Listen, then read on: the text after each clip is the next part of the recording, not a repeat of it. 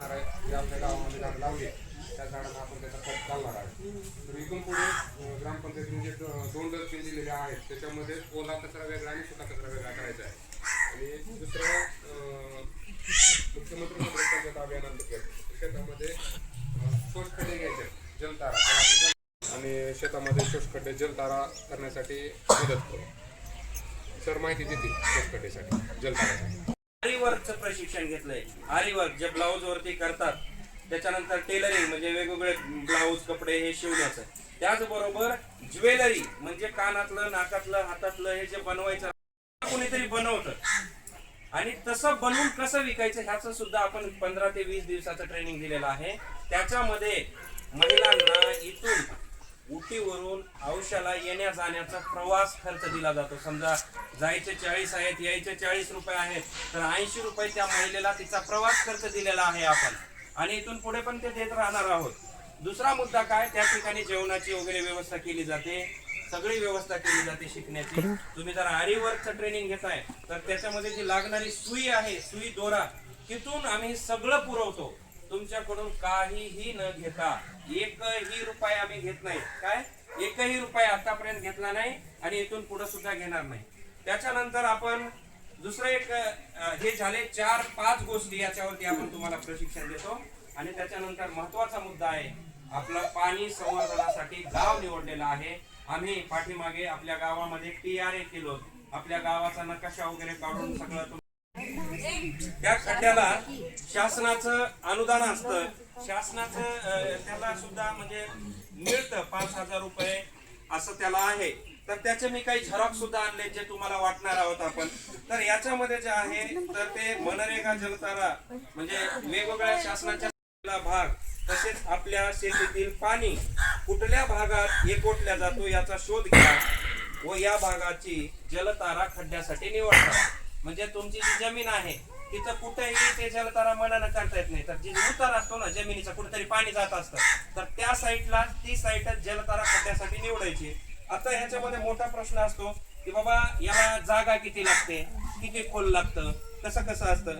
तर ह्याच्यामध्ये आहे निवडलेल्या भागात 5 फूट रुंदी, ठीक आहे, 5 फूट रुंदी आणि 5 फूट लांबी अशा पद्धतीने हा खड्डा असला पाहिजे. आणि त्याची जी खोली आहे, खोली ही 6 फूट अशा पद्धतीचा हा खड्डा असणार आहे. हा खड्डा हे वाचून दाखवत नाही, ते आपल्या भाषेत सांगतो थोडं मोठे. तर तो खड्ड्यामध्ये दगड भरायचे असते, दगडाचे सुद्धा प्रकार असतात. तर त्या ठिकाणी तुम्हाला सांगितले जाते मोठे चांगले विहिरीचे जे दगड असतात ते निघाले. तर इतर सांगितलं इकडे त्याला मंजुरी घेऊन येईल. 8 दिवसात आपण झाले पाहिजे. 50,000 झाले तर मी स्वतः सगळे डॉक्युमेंट पुरवतो, मंजुरी करून आणतो.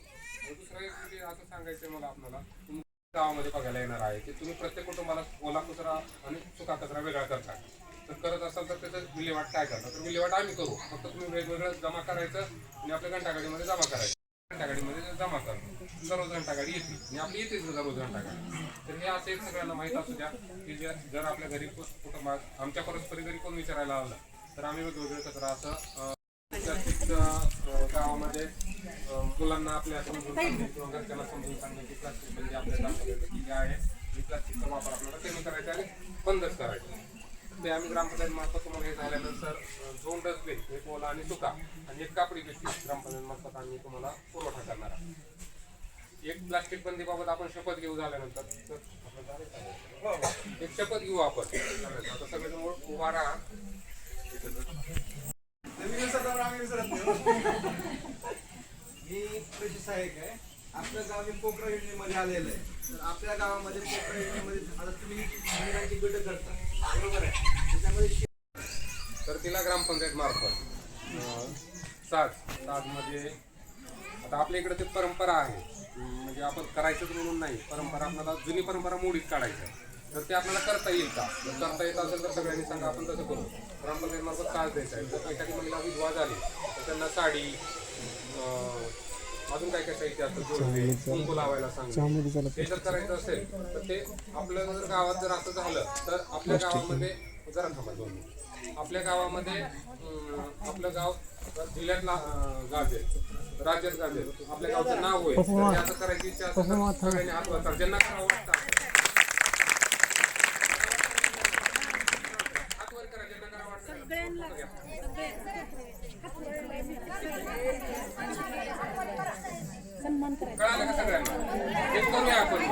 एक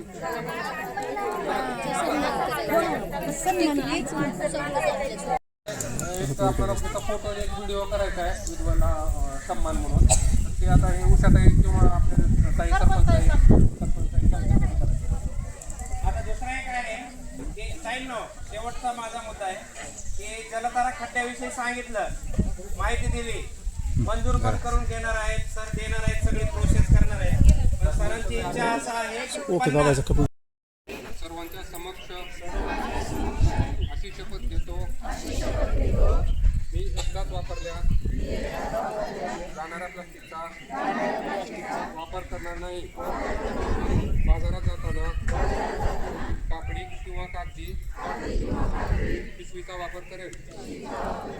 प्लास्टिक पिशव्या, कप, ताट यांचा वापर टाळेल. माझ्या कुटुंबियांना व शेजाऱ्यांना प्लास्टिक पाणी बंदर जनजागृती करेल. गाव स्वच्छ, सुंदर व प्रदूषणमुक्त ठेवण्यासाठी ग्रामपंचायतीला सहकार्य करेल. पर्यावरण रक्षक ही माझी जबाबदारी आहे याची जाणीव ठेवून ही शपथ प्रामाणिक पाळेल. प्लास्टिक मुक्त गाव, स्वच्छ व सुंदर गाव. सगळ्यांचे धन्यवाद. थांबा.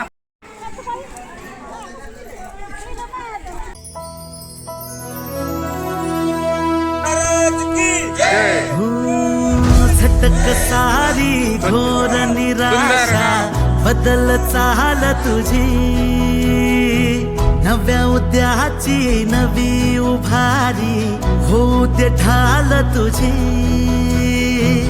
घेऊ नको तू माघार आता, सांगतिया माती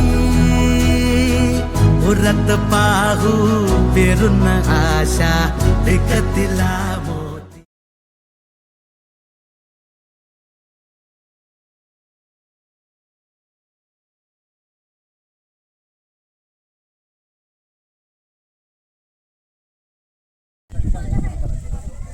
आता दुसरा एक आहे की ताईंनो, शेवटचा माझा मुद्दा आहे की जलतारा खड्ड्याविषयी सांगितलं.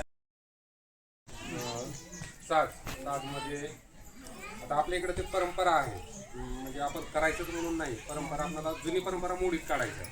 तर ते आपल्याला करता येईल का? जर करता येत असेल तर सगळ्यांनी सांगा, आपण तसं करू. ग्रामपंचायतीमार्फत साज द्यायचा आहे. जर एखादी महिला विधवा झाली तर त्यांना साडी, अजून काय काय साहित्य असतं, जोडवे, कुंकू लावायला सांगितलं. हे जर करायचं असेल तर ते आपल्या जर गावात जर असं झालं तर आपल्या गावामध्ये जरा थांबा 2 मिनिट.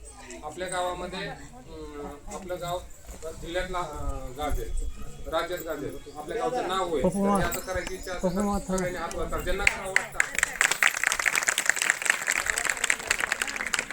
हात वर करा, ज्यांना करावं वाटतं.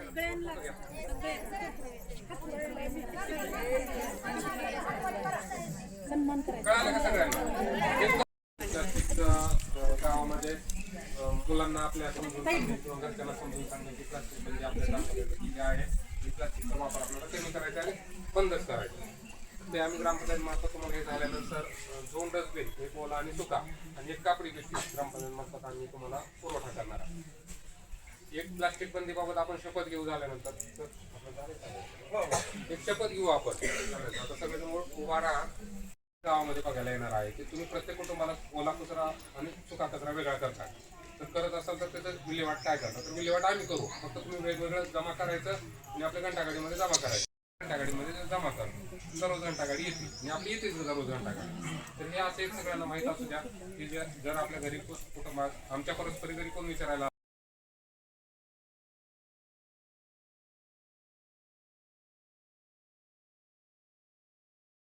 त्याला मंजुरी घेऊन येईल. आपलं गाव हे पोखरा योजनेमध्ये आलेलं आहे. तर आपल्या